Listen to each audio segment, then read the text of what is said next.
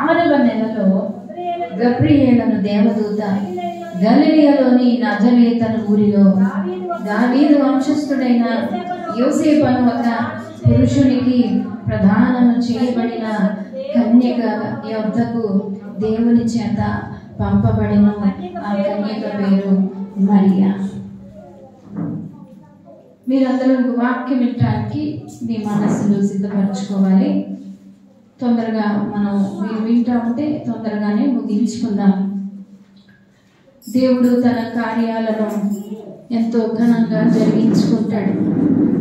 మనమే మరి ఆయన బిడ్డలు, మనందరం కూడా ఆయన బిడ్డలం కనుక గత వారంలో దేవుని యొక్క కార్యక్రమం ఎంతగానో జరిగింది.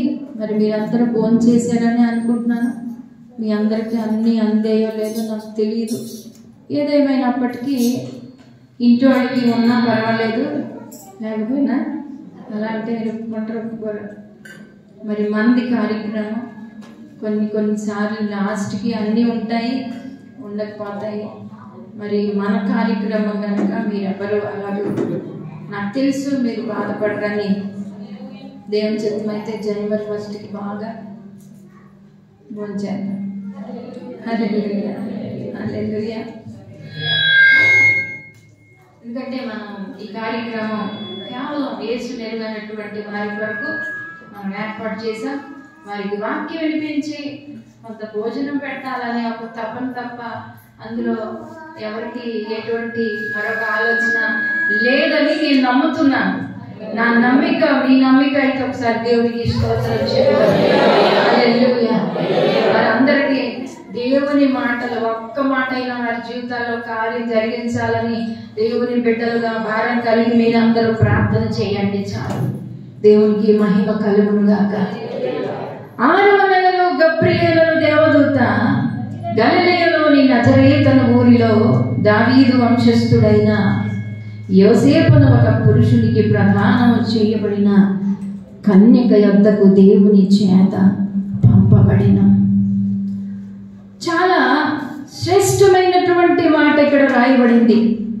దావీదు వంశస్థుడైన యోసేపును ఒక పురుషునికి ప్రదానము చేయబడిన కన్యక యొద్దకు దేవుని చేత పంపబడింది. ఆ సెంటెన్స్ లో చాలా అర్థాలు మనం చాలా అర్థం చేసుకోవచ్చు. చాలా వివరణ ఉంది.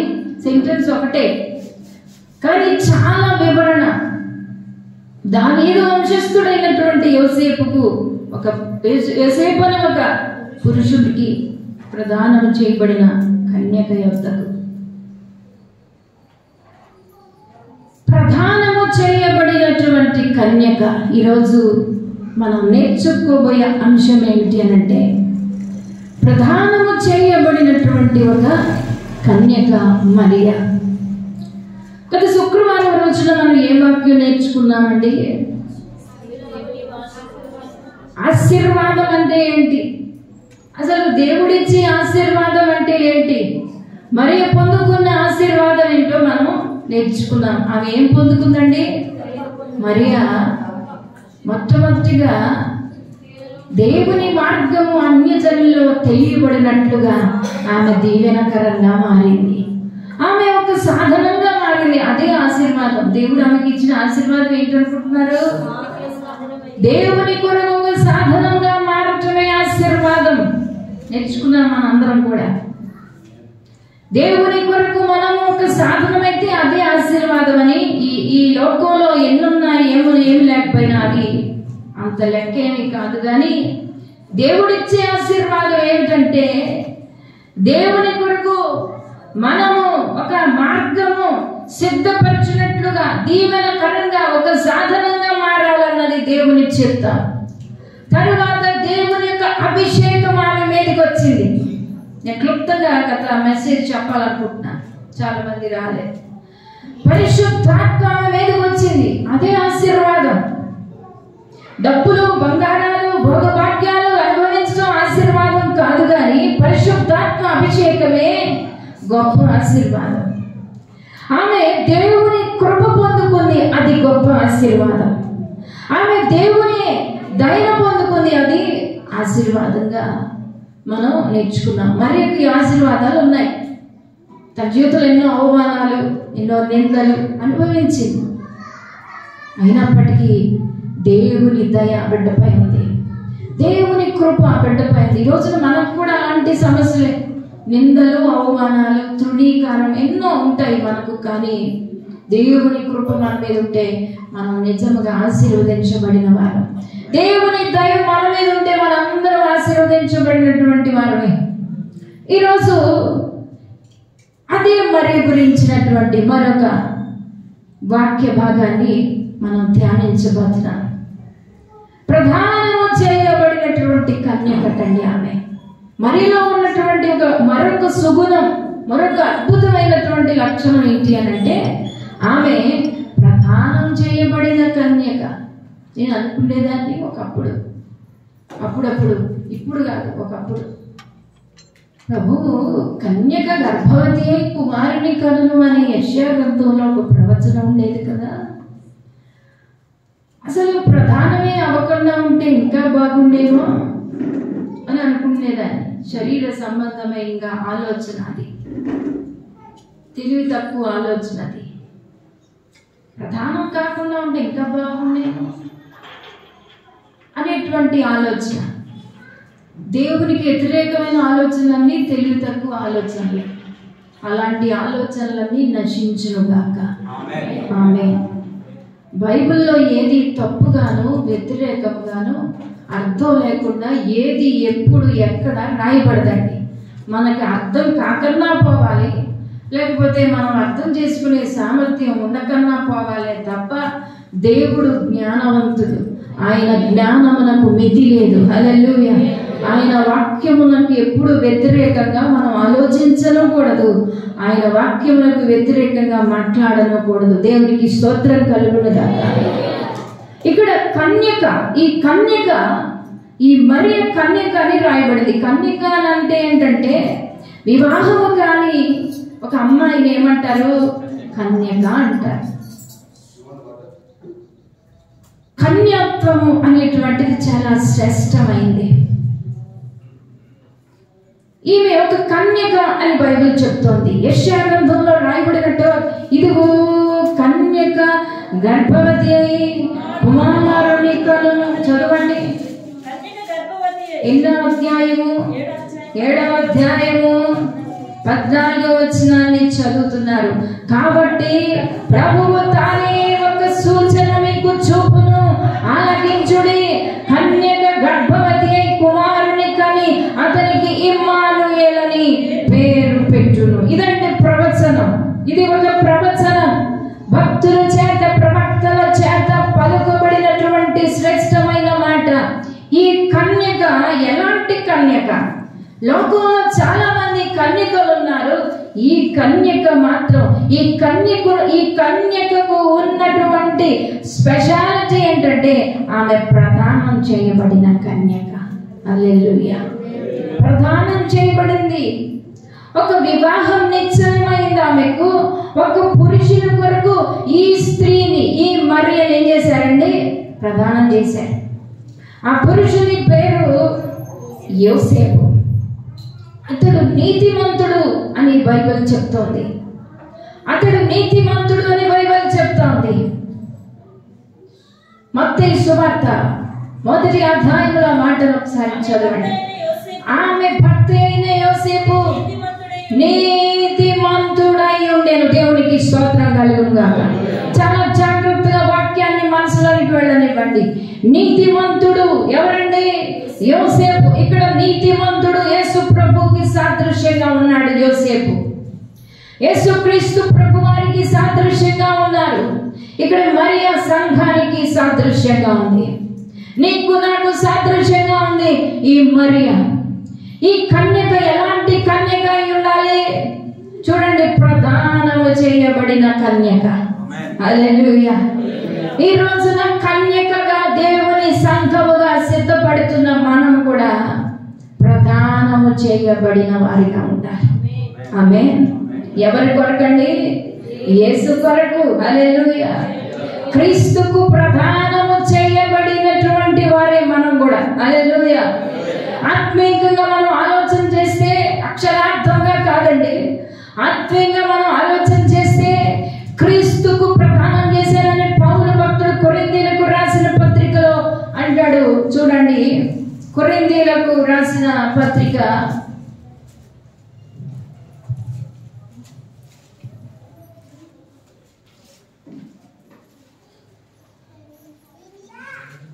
2 కొరింథీయులకు రాసిన పత్రిక 11వ అధ్యాయము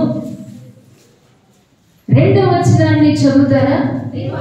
దేవాశక్తితో మీ ఎడల ఆసక్తి కలిగి ఉన్నాను, ఎందుకనగా పవిత్రురాలైన కన్యకలుగా ఒక్కడే పురుషునికి అనగా క్రీస్తుకు సమర్పింపవలెనని మిమ్మును ప్రదానము చేసి తిని గాని. చాలండి, ఇక్కడ మనందరము కూడా ప్రదానం చేయబడ్డాం. మనకు ప్రదానం అయ్యింది. దేవునికి స్తోత్రం. వివాహ మహోత్సవం జరగబోతా ఉంది. ఇప్పుడు యేసయ్య రాకడలో వివాహ మహోత్సవం కొరకు మనం సిద్ధపరచబడినటువంటి కన్యకలు లాంటి వాళ్ళం అందరం కూడా. దాని అర్థం ఏంటంటే యేసు కొరకు నియమించబడ్డాం. ఈ మరియ యోసేపు కొరకు ప్రదానం చేయబడిందంట. అక్కడ ఎంతో స్పష్టంగా రాయబడి ఉంది లూకా సువార్తలో. మీరు చదివారు, దావీదు వంశస్థుడైన యోసేపును ఒక పురుషుడికి ప్రదానం చేయబడిన కన్యక. ఎవరికటండి? యోసేపు అనేటువంటి ఒక పురుషునికి ప్రదానం చేయబడినటువంటి కన్యకట. ఈరోజు మనం కూడా యేసుక్రీస్తు అనేటువంటి రాజుల రాజు అనేటువంటి ప్రభువుల ప్రభువు అనేటువంటి ఆయనకు మనందరం ఏం చేయబడ్డామో ప్రదానము చేయబడిన. దేవునికి స్తోత్రం కలుగుగాక. ఆయన కొరకు ప్రదానం అంటే నిశ్చితార్థం అని కూడా చాలా మంది అంటారు. ఇది వరకు నిశ్చితార్థాలు ఉండేవి కాదు, ప్రధానమే ఉండేది. రాను రాను నిశ్చితార్థం అంటే ఏంటి? ఎంగేజ్మెంట్ అనేవారు. ప్రధానం అంటే బెట్రోతల్ అంటారు. ప్రధానం చేస్తారు అంటే ఆ అమ్మాయి అవతల వ్యక్తికి ఏంటి భార్య అని ఒక గుర్తింపు తీసుకుని వస్తారు. అదే ప్రధానం అంటే. కన్యక వేరు, ప్రదానం చేయబడిన కన్యక వేరు. ఈరోజు సంఘము కన్యకతో పోల్చబడింది.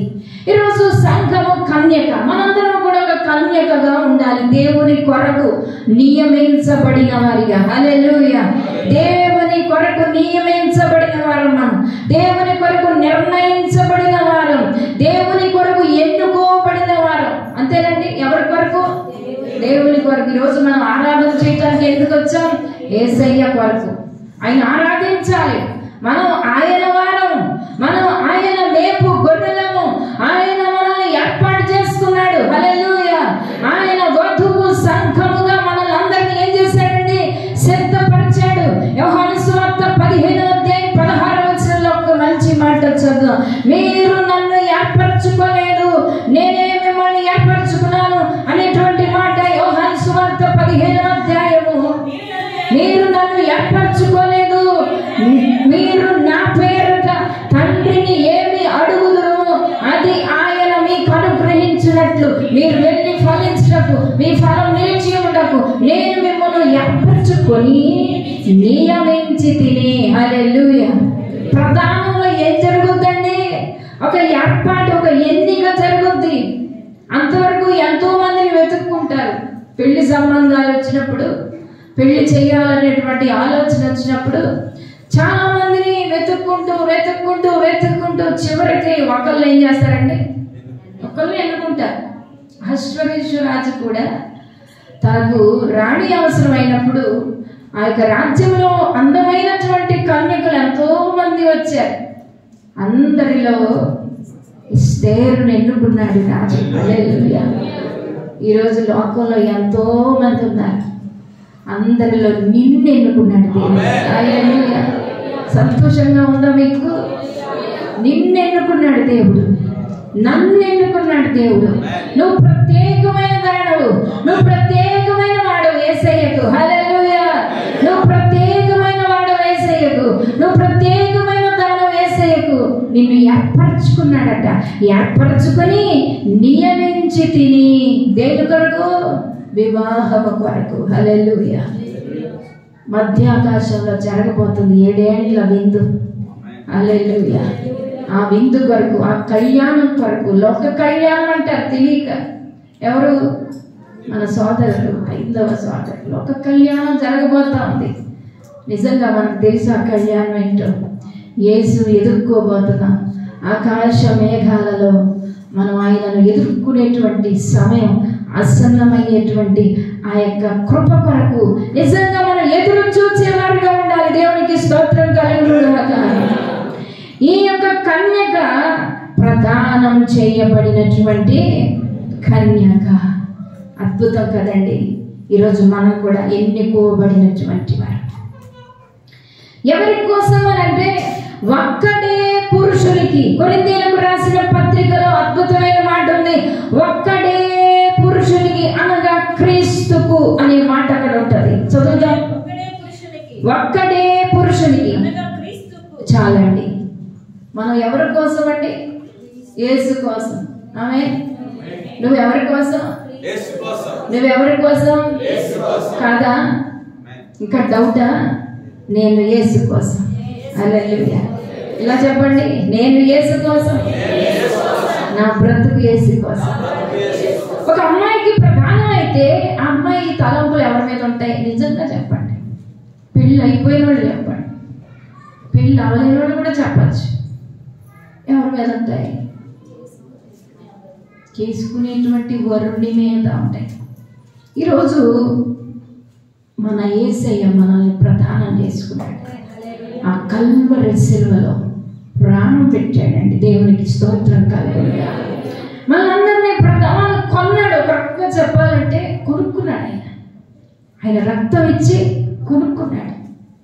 చీకట్లో, పాపంలో, సాతాను సంఖ్యల చేత బంధింపబడిన మనల్ని విడిపించి కొనుక్కుని ప్రదానం చేశాడు. ఈ ప్రదానం చాలా అద్భుతం. ఇది తన ప్రాణమే. ఒక ప్రదానానికి వెళ్ళినప్పుడు ఆ ఇంటి వాళ్ళు ఒక పట్టు చీర, బంగారు నగలు, లేకపోతే చెప్పులు, లేకపోతే సామాను, టాయిలెట్ సామాను, లేదా రకరకాలు ఏవే పట్టుకుని వెళ్తారు. కానీ నీ యేసయ్య నీ కొరకు నీ ప్రాణాన్ని, విలువైన రక్తాన్ని నీ కొరకు త్యాగం చేసి, నీ మీద ప్రేమతో, నీ మీద ఆశతో, నీ మీద ఉన్నటువంటి వాత్సల్యముతో, నీ మీద ఉన్నటువంటి కరుణతో ఆయన ప్రాణాన్ని సైతం లెక్క చేయలేదు బిడ్డ. దేవునికి స్తోత్రం కలుగునుగాక. ఆయన నిన్ను ఎన్నుకున్నాడు, నిన్ను ఏర్పాటు చేసుకున్నాడు. మనము ఒక్కడే పురుషునికి ప్రధానము చేయబడ్డాం. కాబట్టి ఇతరుల జోలికి వెళ్ళకూడదు. ముఖ్యంగా కన్యక, ప్రధానము చేయబడిన కన్యక ఇతరులను ఆశ్రయించకూడదండి. ఈరోజు సంఘ కన్యక ఎలా ఉంది? కష్టం వస్తే చాలు చేతులు చూపించుకోవడానికి వెళ్తుంది, ముహూర్తాల దగ్గరకు వెళ్తున్నారు, అనేక మందిని ఆశ్రయిస్తూ ఉన్నారు. ఈరోజు సంఘ కన్యక ఎలా ఉండాలి? మన మనస్సు ఎలా ఉండాలంటే దేవుని మీద ఆధారపడాలండి. దేవునికి స్తోత్రం కలుగునుగాక. అది ప్రధానము చేయబడిన కన్యక ఎప్పుడు తన యొక్క భర్త అయినటువంటి ఆ వరుని కోసం, కాబోయే భర్త అయినటువంటి ఆ వరుని కోసం ఎప్పుడు ఆలోచిస్తూ ఉంటుంది. ఎప్పుడు ఆలోచిస్తూ ఉంటుంది. మన ఆలోచన కూడా అలాగూ ఉండాలని పరిశుద్ధాత్మ దేవుడు ఈరోజు మనతో మాట్లాడుతూ ఉన్నాడు. ఇతరుల జోలికి మనం చూడండి, ఎంత కష్టం వచ్చినా దేవుని మీదే ఆధారపడి బ్రతకాలి. ఎన్ని సమస్యలు ఎదురైనా యేసును హత్తుకొని జీవించాలి. యేసు కొరకు నిలబడాలి. చావైనా బ్రతుకైనా ఆయన కోసమే జీవించాలి. అదండి ప్రధానం చేయబడిన కన్యక యొక్క లక్షణం. అదే వేరే కన్యక ఉంది అనుకుందాం, ప్రధానం అవ్వలేదు అనుకుందాం. ఆ కన్యక చూడండి, రోడ్డు మీద వెళ్ళేవాడు అందరినీ చూస్తుంది. మీరు ఇలా అంటున్నానని ఏమనుకోవద్దు. నేను ఉదాహరణకు చెప్తున్నాను, మీకు అర్థమయ్యే దానికోసం. ఏ పురుషుడు కనబడినా చూస్తూనే ఉంటుంది, వెతుక్కుంటూ ఉంటుంది. ఎక్కడ నా వరుడు, ఎక్కడ ఏ సంబంధం సెట్ అవుద్ది నాకు, ఏ వరుడు నాకు వస్తాడని ఆ వెతుకులాటలోనే ఉంటుంది. దేవుని కృపను బట్టి వెతుకులాటలో మనం లేము. హల్లెలూయా. యేసయ్య మనకు దొరికాడు. నిజ రక్షకుని మనం సంపాదించుకున్నాం. నిత్యుడైన తండ్రి మనతో ఉన్నాడు. ఆయన కొరకు ప్రదానం చేయబడ్డాం. మనం ఎలా ఉండాలి? ఇప్పుడు ఆయన మీద మనసు పెట్టాలి. మనసంతా నీ కోసమే నా యేసయ్యా, మది నిండా నీ రూపమే నా యేసయ్యా, మది నిండా నీ రూపమే. మనసంతా నీ కోసమే నా యేసయ్యా, మది నిండా నీ రూపమే నా యేసయ్యా, మది నిండా నీ రూపమే. మంచు కన్న చల్లని మల్లె కన్న చల్లని మంచు కన్న చల్లని మల్లె కన్న చల్లని పాల కంటే శ్రేష్టమైనది నీ ప్రేమ, పాల కంటే శ్రేష్టమైనది. అంతా నీ కోసమే నా యేసయ్యా, మది నిండా నీ రూపమే. తరాలు మారినా కలిగిపోని ప్రేమ, కష్టాలు కలిగినా కనికరించుని ప్రేమ. తరాలు మారినా కలిగిపోని ప్రేమ, కష్టాలు కలిగినా కనికరించుని ప్రేమ. అన్నతని ప్రేమ కన్నా నిన్నయని ప్రేమ, అన్నతని ప్రేమ కన్నా నిన్నయని ప్రేమ.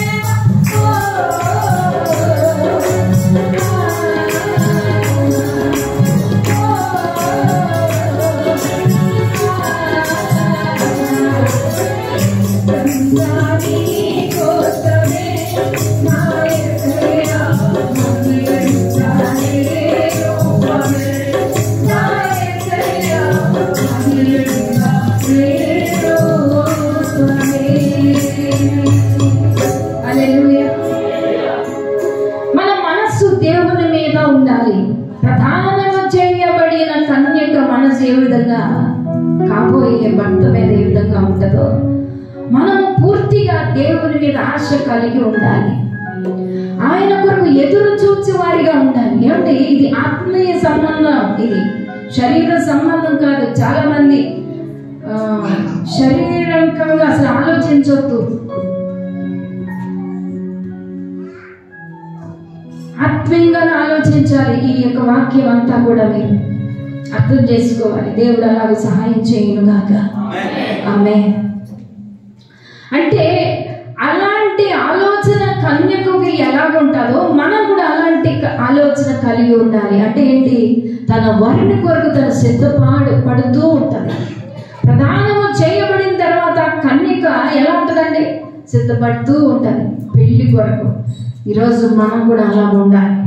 ప్రదానము చేయబడిన కన్యక ఇక వేరే పురుషుల మీద మనసు పెట్టదు, ఇక ఇతరుల మీద మనసు పెట్టదు, ఇతరు దేవుళ్ళు దేవతలబడే వారి మీద మనసు పోకూడదు. అది దాని అర్థం. యేసయ్య నీకు దొరికాడు, శక్తివంతుడు, సర్వాధికారి నీకు ఉన్నప్పుడు వేరే చోటుకి వెళ్ళటం ఎందుకంటే?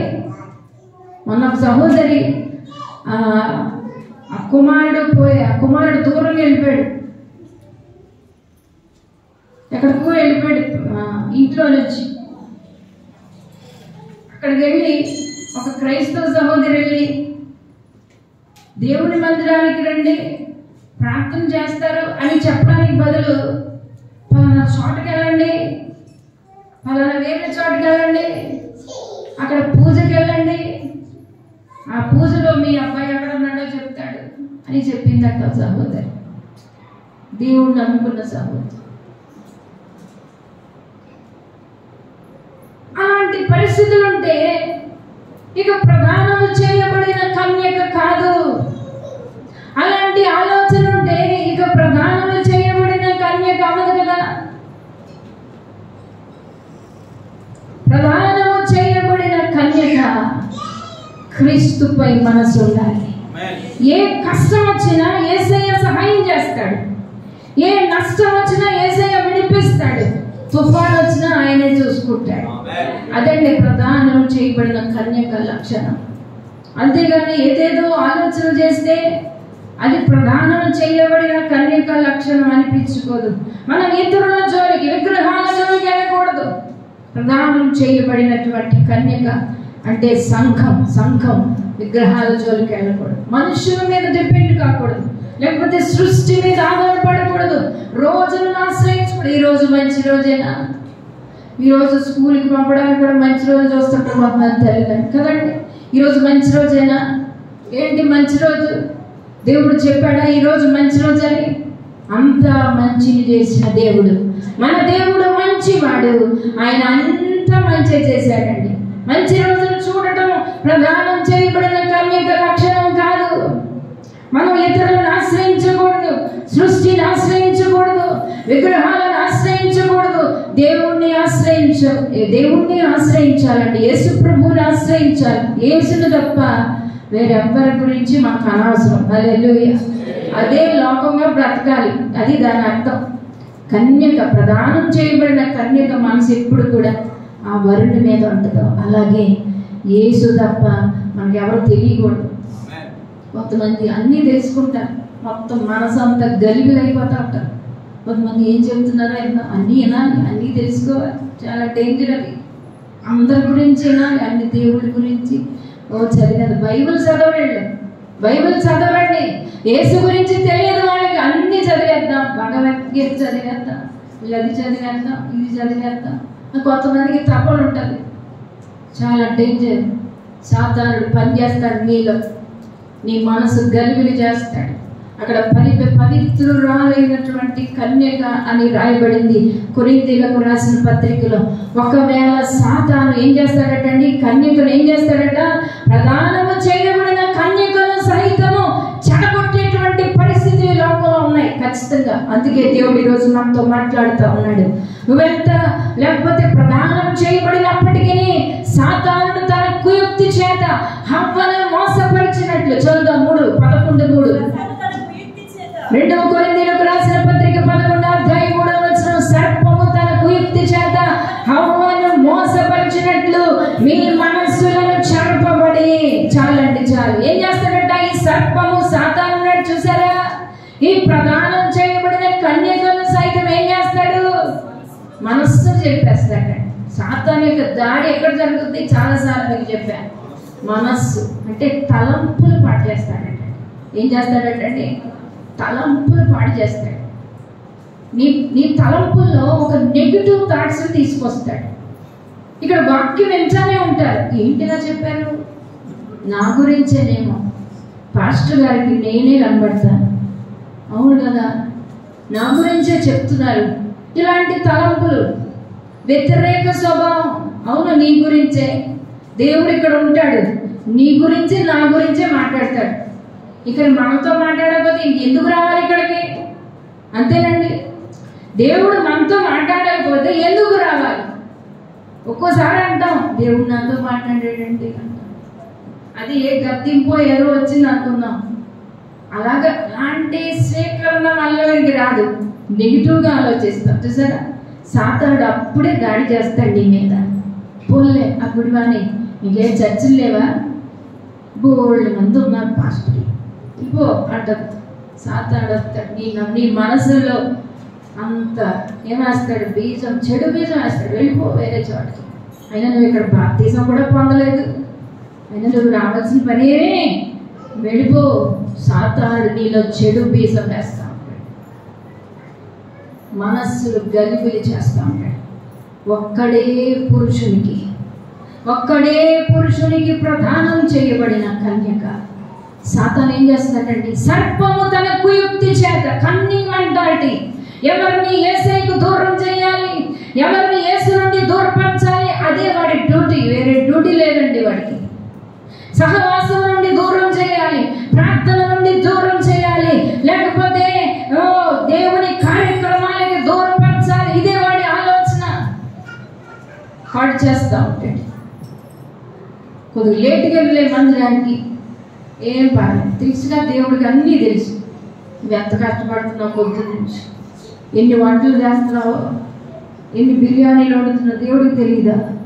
అయినా ఈ ఒక్కరోజే కాదు సెలవు నీకు.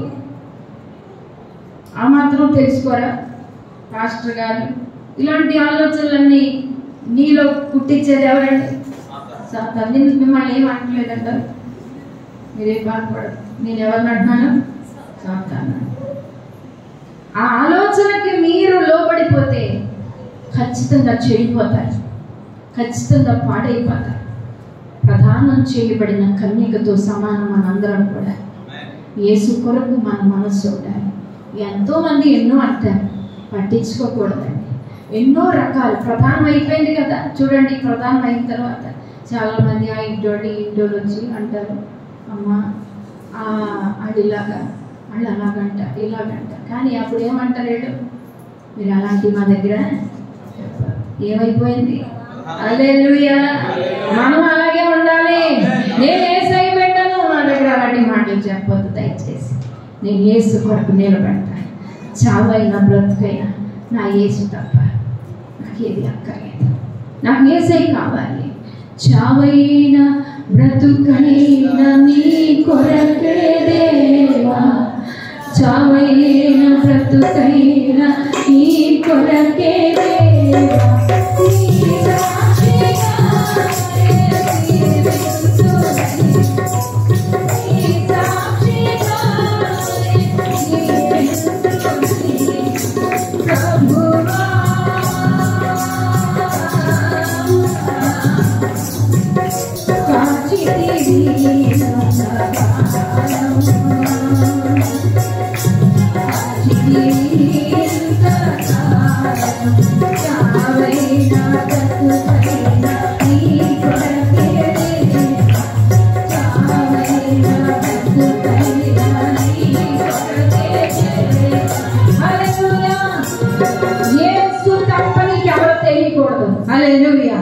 ఎవరు ఎన్నో చెప్తారు, పాస్టర్ గారి గురించి చెప్తారు, పాస్టర్ గారి గురించి చెప్తారు, లేదా పిల్లల గురించి చెప్తారు, నీ పక్కన ఉన్న వాళ్ళ గురించి చెప్తారు. అలాగంట ఇలా అవన్నీ నీకెందుకు?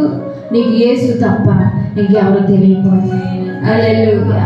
చెడుగా చెప్తారు, నీ మనస్సును చెడపాలని ఆలోచన, నీ యొక్క స్థితిని మార్చాలని, నీ భక్తిని చెడగొట్టాలని, నీ విశ్వాసాన్ని కూలగొట్టాలని ఎంతో మంది ఎన్నో రకాలుగా చెప్తారు. నువ్వు నమ్మవలసిన పని ఏమీ లేదు. నువ్వు ప్రదానం చేయబడిన బిడ్డ. ఆమేన్.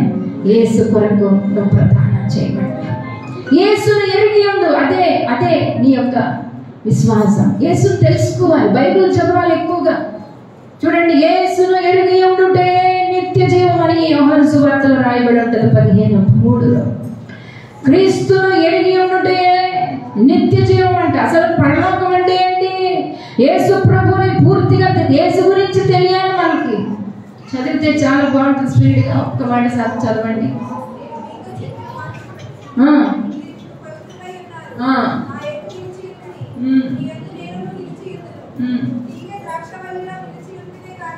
(17:3) నేను చదువుతున్నాను.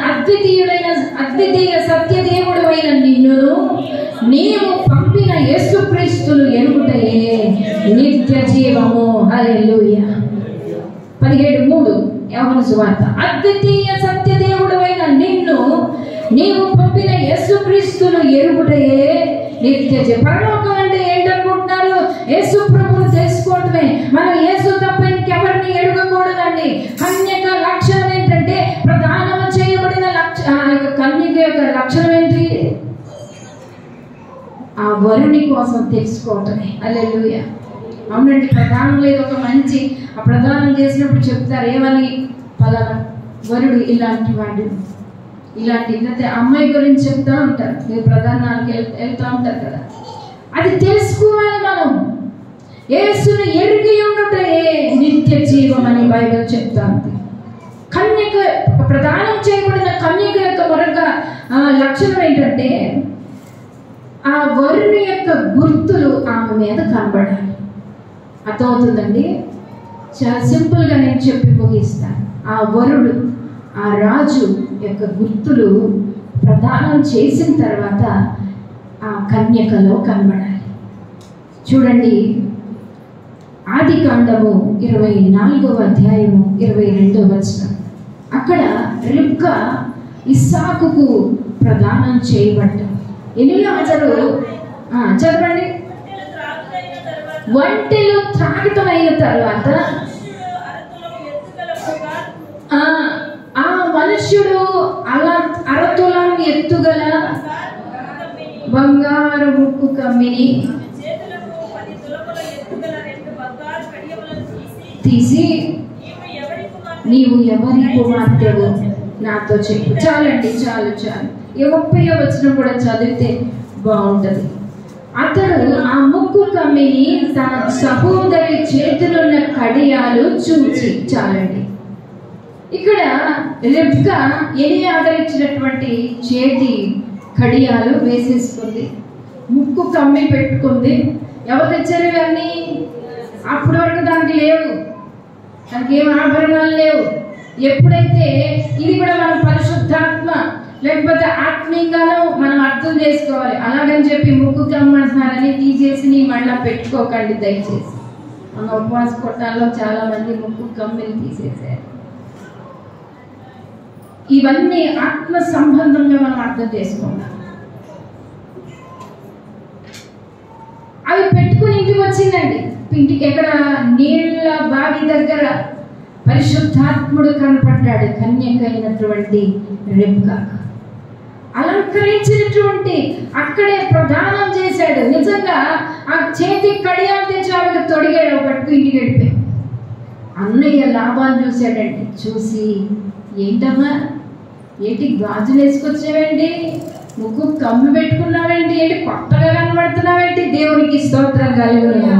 ఈ రోజు ప్రదానం చేయబడిన మనలో కూడా మార్పు కనబడాలి. హల్లెలూయా. మనలో సుగుణాలు ఆభరణాలాగా అనేకులు చూడాలి. మనలో ఉన్న ప్రేమ అనేకులు గుర్తించాలి.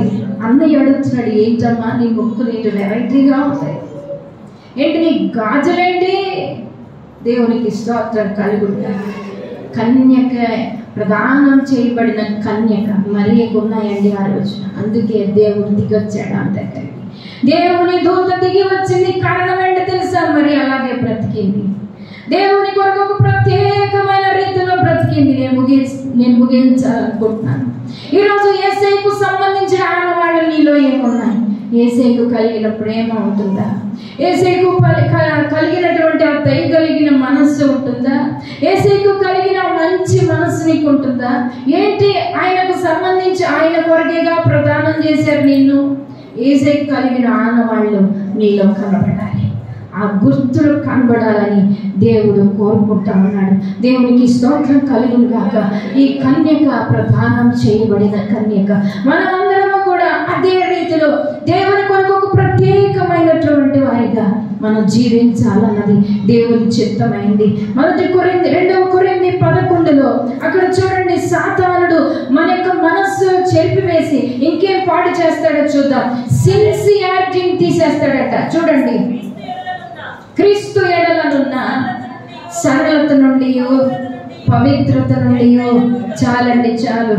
నాకు భయం వేసేస్తుంది అంటాడు పౌలు భక్తుడు. ఎవరి గురించి? సంఘం గురించి బాధపడుతూ ఏమంటాడంటే, ఇదిగో సర్పము హవ్వను ఎలా మోసం చేసిందో అలాగే నీ మనస్సును పాడు చేసి క్రీస్తు ఎడలనున్న సరళత నుండి, పవిత్రత నుండి ఎట్లయినా తొలగిపోవునేమోనని నేను భయపడుతున్నాను అంటాడు. చూసారా, ఆ రోజుల్లో కూడా ఏ రోజుల్లోనైనా సంఘ పరిస్థితి దేవుడికి తెలుసు. దేవుడు సంఘాన్ని కొన్నాడండి. సంఘం ఆయన్ని, సంఘ పరిస్థితులు ఆయనకు తెలుసు. అందుకే దేవుడు అనేక సార్లు మనతో మాట్లాడుతూ ఉంటాడు, అవసరమైనవే మాట్లాడుతూ ఉంటాడు. ఇక్కడ చూడండి, సరళత నుండి అంటే ఏంటి అర్థం? సిన్సియారిటీని పోగొడతాడట. ప్రదానం చేయబడినా కానీ సీరియస్నెస్ పోతుంది. భక్తి అంటే అంత సీరియస్గా తీసుకోరు. ప్రార్థన అంటే అంత సిన్సియర్గా రారు. లేటుగా రావటము, లేకపోతే ఒక ఆదివారం మానేసి మరొక ఆదివారం, ఇది సిన్సియారిటీ అనిపించుకోదండి. ఒకప్పుడు బాప్టిజం పొందిన కొత్తలో చాలా సిన్సియర్గా ఉంటారు. టైంకి వెళ్ళిపోతారు. అందరికన్నా ముందేసి వెళ్ళిపోయి చాపలు వేసేసి పాస్టర్ గారి దగ్గరికి వెళ్ళి ఏమన్నా పరిచయం ఉంటే చెప్పండి అని మంచి ఉద్యమం కింద మీద పడిపోతూ ఉంటారు. ఎంత ప్రేమ బాబోయ్, పాస్టర్ గారు పొంగిపోతూ ఉంటారు. బాబు మంచి పిల్లలు దొరికేశారు, మాకు బంగారాలు దొరికినాయి అని మురిసిపోతూ ఉంటారు. ఎన్నో ఉంటాయి తర్వాత ఎన్నో రోజులు ఉండదండి. తర్వాత అన్ని ఇది పాడు చేసింది ఎవరు? సాతాను. సిన్సియారిటీని పోగొడతాడు, సీరియస్నెస్ని పోగొడతాడు. భక్తిలో కూడా సిన్సియారిటీ చాలా అవసరం. సిన్సియర్గా అన్ని విషయాల్లో సిన్సియర్గా మనం ఉండాలి. టైంకి రావటం, ప్రార్థన చేసుకోవటం, బైబిల్ చదవటం, దేవుని కొరకు పని చేయటం, దేవుని చిత్తాన్ని నెరవేర్చడం, లేకపోతే సంఘ పరిచయలో పరుగులెత్తడం, చాలా మంచి సిన్సియర్గా ఉండేటువంటి వారిని ఏం చేస్తాడు? సాతానుడు మనసును చెప్పేసి ఆ సిన్సియారిటీని పోగొడతాడు. అలాగే ప్యూరిటీ, పవిత్రతను కూడా ఏం చేస్తాడంటే పోగొడతాడు. చాలా డేంజర్. ఈ యొక్క కన్యక క్రీస్తు కొరకు బ్రతకాలి. సిన్సియారిటీని పోగొట్టుకోకూడదండి. అవసరమైతే ఈ సాతాను ఏం చేస్తాడు? బట్టలు కూడా దొంగిలించేస్తాడండి. ఈ రక్షణ వస్త్రం పోతుంది, ఉల్లాస వస్త్రం పోతుంది. ఆ ప్రదానం చేయబడిన ఆ కన్యకు ఇచ్చినటువంటి ఆ రక్షణ వస్త్రం, ఉల్లాస వస్త్రం, స్తుతి వస్త్రం, మహిమ వస్త్రం అన్నీ పోతాయి. జాగ్రత్తగా ఉండాలండి. ఈ చివరి దినాల్లో మనము ప్రదానం చేయబడినటువంటి వారు. యేసు కొరకు బ్రతుకుటకు మన జీవితాన్ని సమర్పిద్దాం. ఈ రోజున యేసు కొరకు మన జీవితాలను సమర్పిద్దాము. జీవించేవారు ఇక మీదట మన కొరకు కాదు, యేసు కొరకే బ్రతకాలట. చూడండి, కన్యక యొక్క మరొక లక్షణం ఏంటంటే, మొదటి 2 కొరింథీ 5:15 ఒక చక్కని మాట రాయబడి ఉన్నది. నేను చదివి ముగిస్తాను. జీవించేవారు ఇక మీదట తమ కొరకు కాక తమ నిమిత్తము మృతి పొంది తిరిగి లేచిన వారి కొరకే జీవించుటకు ఆయన అందరి కొరకు మృతి పొందాలని నిశ్చయించు కొనుచున్నాము. చూసారా? కావున ఇక మీదట చాలండి, చాలు. ఇక మీదట ప్రదానం చేయబడిన కన్యకు మరొక లక్షణం ఏంటండి? దేవుడి కొరకే జీవించాలి. అది అలాంటి కృప దేవుడు మనందరికీ ఇవ్వాలి. ఇక మీదట ఒకవేళ ఎంతవరకు ఎవరి కోసం బ్రతికేవో నాకు తెలియదు, ఎవరి కోసం శ్రమ పడుతున్నావో నాకు తెలియదు. ఇక మీదట ప్రదానం చేయబడిన కన్యకగా ఎవరి కోసం బ్రతకాలండి? దేవుని కొరకు జీవించేవారు ఇక మీదట యేసు కొరకు జీవించాలి. మన సిన్సియారిటీని పోగొట్టుకోకూడదు, సీరియస్నెస్ని పోగొట్టుకోకూడదు, ప్యూరిటీ, పవిత్రతను పోగొట్టుకోకూడదు. దేవుని కొరకు ప్రదానం చేయబడిన కన్యకల్లాగా మన జీవితాలను కొనసాగిద్దాం. యేసు కొరకు ఆశతో భక్తి చేద్దాం, ఆ శక్తితో ఆయన వెంబడి నడుద్దాం. చివరి దినాల్లో ఎవరెన్ని చెప్పినా మనం వినవలసిన అవసరం లేదు. సాతానుడి చెవులో గుసగుసలు, లేకపోతే ఏవేమో మాటలు చెప్తా ఉంటాడు, చెడు మాటలు, భక్తికి దూరం చేయటానికి ఎన్నో మాటలు, నిన్ను ప్రార్థన నుండి పడగొట్టడానికి ఎన్నో మాటలు, నిన్ను దేవుడి నుండి దూరం చేయడానికి ఎన్నో మాటలు చెప్తాడు. దేన్ని పట్టించుకోకు. ఒక సిన్సియారిటీతో భక్తి చేయాలి. క్రీస్తు ఎడలో ఉన్నటువంటి ఆ సరళత అంటే సిన్సియారిటీ. దేవుడు అలా కోరుకుంటూ ఉన్నాడు. కన్యక లక్షణం అంటే సిన్సియారిటీ ఉండాలి. చూడండి, పొద్దున్న లెగుస్తుంది, అసలు పడుకోదు. ప్రధానమైనటువంటి ఆ కన్యక అసలు పడుకుంటుందండి. ఎప్పుడు వివాహ మహోత్సవం ఎప్పుడు అని ఆలోచన కలిగి ఉంటుంది. అన్ని టైంకి అన్ని కరెక్ట్గా చేస్తూ ఉంటుంది. అప్పటి వరకు సోమరిలాగా ఉన్నటువంటి ఆ కన్యక మరి అప్పటి నుంచి ఎంతో చక్కగా, అవును, అత్తగారింటికి వెళ్తే అందరూ కూడా అన్ని మాటలు అంటారు. అమ్మాయి నువ్వు ఇలా ఉంటే కుదరదు, ఇక్కడ నుండి నువ్వు ఎవరు, ఇక్కడ దానో కాదు, అక్కడ దానివే. ఈరోజు మనం కూడా అలాగ అనుకోవాలి.